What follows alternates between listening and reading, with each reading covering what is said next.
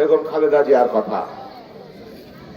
সোনার মানুষ, মহিষী নেত্রী আহা, দেশের জন্য, মানুষের জন্য, গণতন্ত্রের জন্য সারা জীবন তিনি সংগ্রাম করেছেন। নিজের সুখের কথা একবারও চিন্তা করেন নাই, এক চুলও চিন্তা করেন নাই। মাত্র ৩৫ বছর বয়সে বিধবা হয়েছেন, 2টি শিশু সন্তান নিয়ে।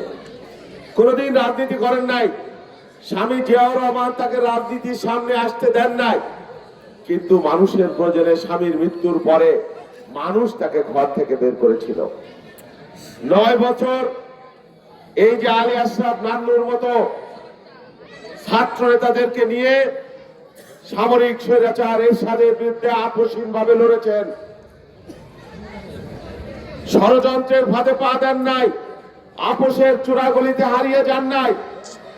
অন্যান্য রাজনৈতিক দলের নেতা নেত্রী যেভাবে হারিয়ে গিয়েছিল, 86 নির্বাচনে জাতীয় বেঈমান উপাধি পেয়েছিল, আজকের জামাতে ইসলাম এবং আওয়ামী লীগ কথা ছিল এরশাদের অধীনে কেউ নির্বাচনে অংশগ্রহণ করবেন না।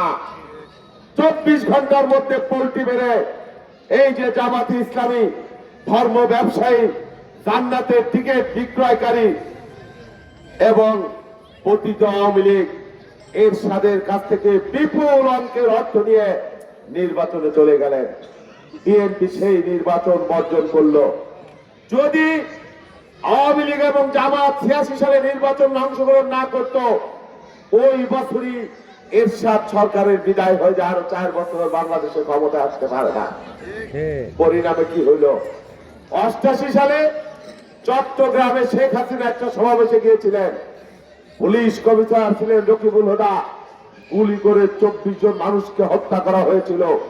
পরের দিন শহীদ মিনারে প্রতিবাদ সমাবেশ, সকল দলের অংশগ্রহণের কথা ছিল। শেখ হাসিনা সেই সমাবেশে আসেন নাই। বেগম খালেদা জিয়া আওয়ামী লীগের নেতাদেরকে নিয়ে সেই প্রতিবাদ মিছিলে নেতৃত্ব দিয়েছিলেন। এই ইতিহাস আপনারা কয়জন জানেন তা আমি জানি না। এবং এটা প্রকৃত ঘটনা। 11 শেখ হাসিনাকে আগে গ্রেপ্তার করা হয়েছিল, আদালতে তার সাথে কিছু অশোভন আচরণ করা হয়েছিল। খালেদা জিয়া তখনও গ্রেপ্তার হন নাই। প্রথম তার বিরুদ্ধে তিনি বিবৃতি দিয়ে প্রতিবাদ জানিয়েছিলেন।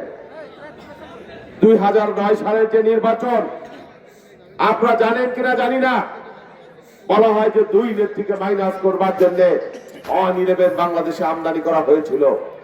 পরে আমরা দেখলাম মূলত জিয়া পরিবারকে, খালেদা জিয়াকে আর তারেক রহমানকে মাইনাস করবার জন্য 11 বাংলাদেশে আমদানি করা হলো মঈনুদ্দিন ফখরুদ্দিনের শাসনামল। শেখ হাসিনা আগে আপোষ করে আমেরিকায় চলে গিয়েছিলেন।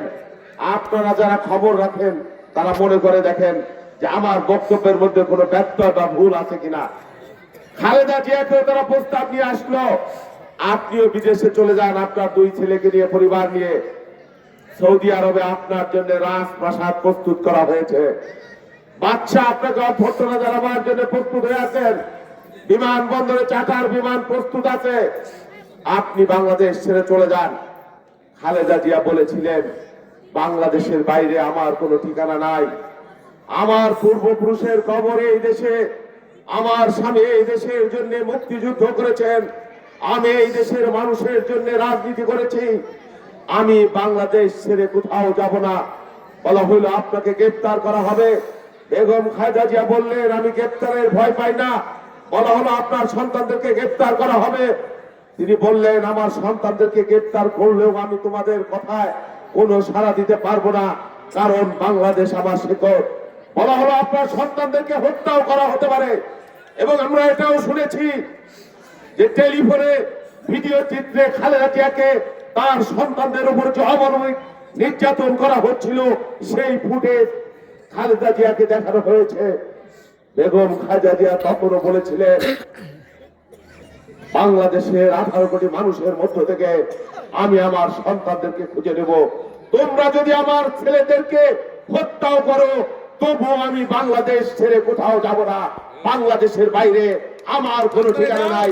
আমার মৃত্যু হবে বাংলাদেশের মাটিতে। বেগম খালেদা জিয়ার মৃত্যু তাই হয়েছে, বিরোচিত মৃত্যু হয়েছে, ভালোবাসার মৃত্যু হয়েছে।